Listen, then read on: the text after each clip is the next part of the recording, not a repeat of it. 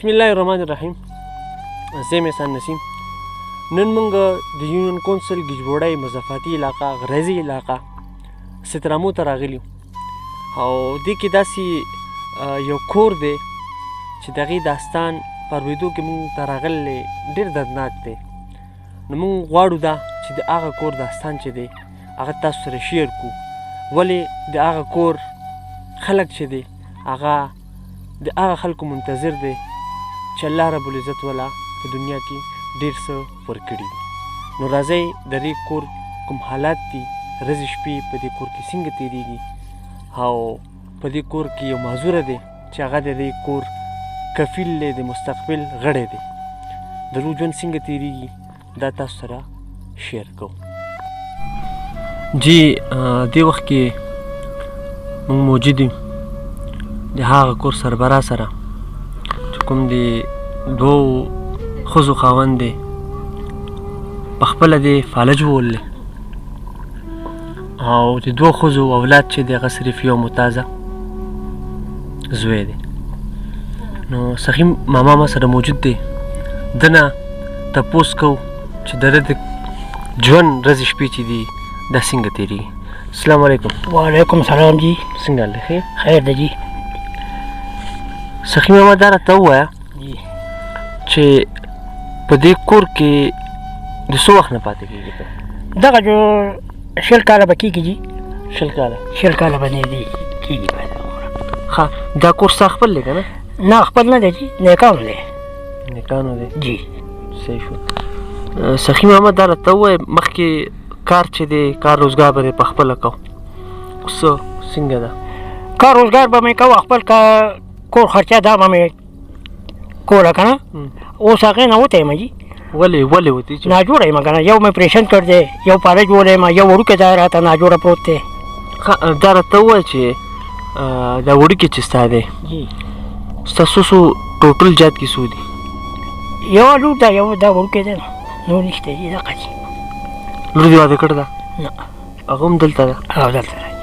او دا هلک چې دی دا متازه دی؟ متازه دی جي. ده له تاسو علاج نه دی کړی؟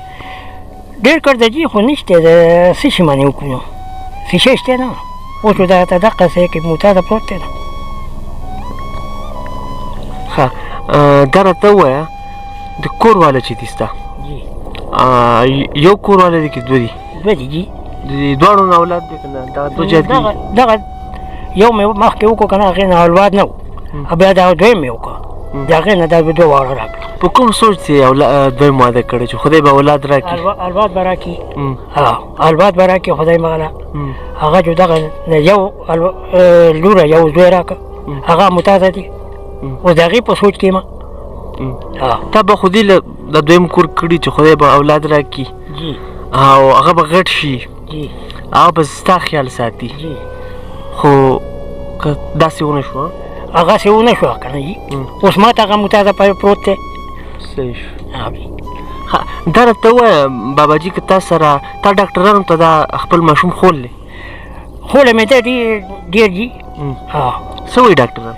هغه وایي ته دا دویانې یوسه، بیا راشه، بیا یوسه دغه یو ذریعه جوړوي نو. څو ځله کوم ځای ته دی تا بوتل؟ دې بټکان ته مې مو بوتل دی جي. جو څه ځای کې چا څه ځای خول دی جي، ما هغې ته بوتل دی جي. بوتل دی صحیح شو. زه صحیح شو.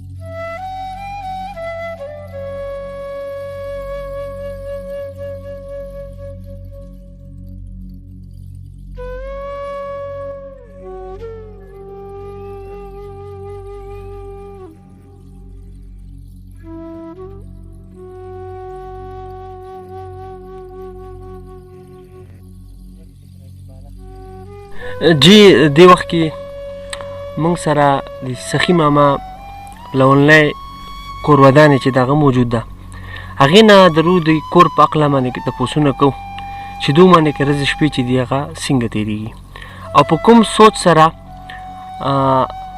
د مشرې مور چې دی دویم کور چې دی هغه یې خپل د خاوند دپاره کړی دی چې کوم سوچ و کوم خیالاتو دوی نه تپوس کوو. السلام علیکم مور. وعلیکم سلام.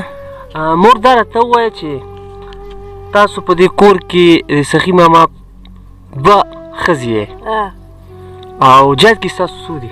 جد کې دوه دي، یو جینه دی، یو هلکه. هلک معذوره دی، دغه پروت دی کټ کې. ښه په خبر شوې زه داسې یم چې دا دویم کور چې دی ستاسو لون جد کې نه وه، جد ول لپاره کړی دی. چا هغه خپل په خوښه کړی دی که تا؟ نه ما په خپله په خوښه مې کړی دی، ولې دغه د دې لپاره کړی دی. موږ به ساتي یې، موږ به دغه کوي، هغه دغه معذوره دی. هغه تاسو ته معذوره شي، دی تاسو هسپتالونو ته بوته؟ هسپتالونو ته بوتلی، ښه شی نه دی. نه دی ښه شی؟ نه دی ښه شی.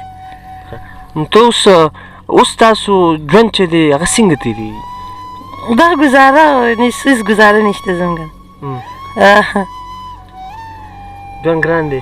ژوند ګران دی. دی چې تاسو ته د شپې جاړي دی خو بیماره دی؟ دی جاړي، کله یو پاسو کله بل پاسو.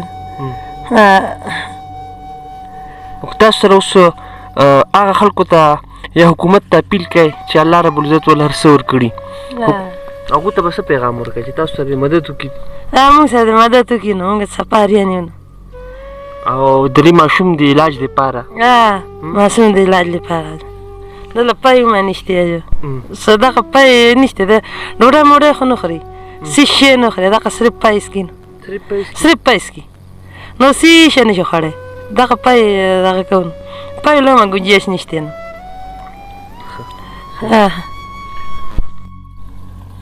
جی خوږو کتونکو د دې ماشوم د کور داستان چې دی هغه ستاسو په مخ کې مونږ کېښود.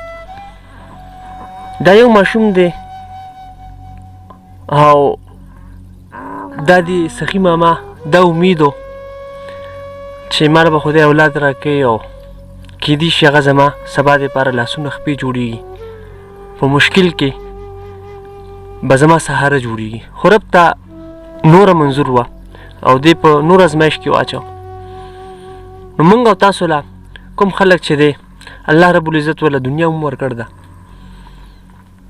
هغه خلکو له چې کوم خپل مال چې دی نور په ښه کارونو کې استعمالوي، عمرې په کوي، نور داسې کارونه دي هغه په کوي، هغه خلکو ته خصوصا دا پیغام دی چې داسې د کورونو والا سره مرسته وکړئ، مدد وکړئ.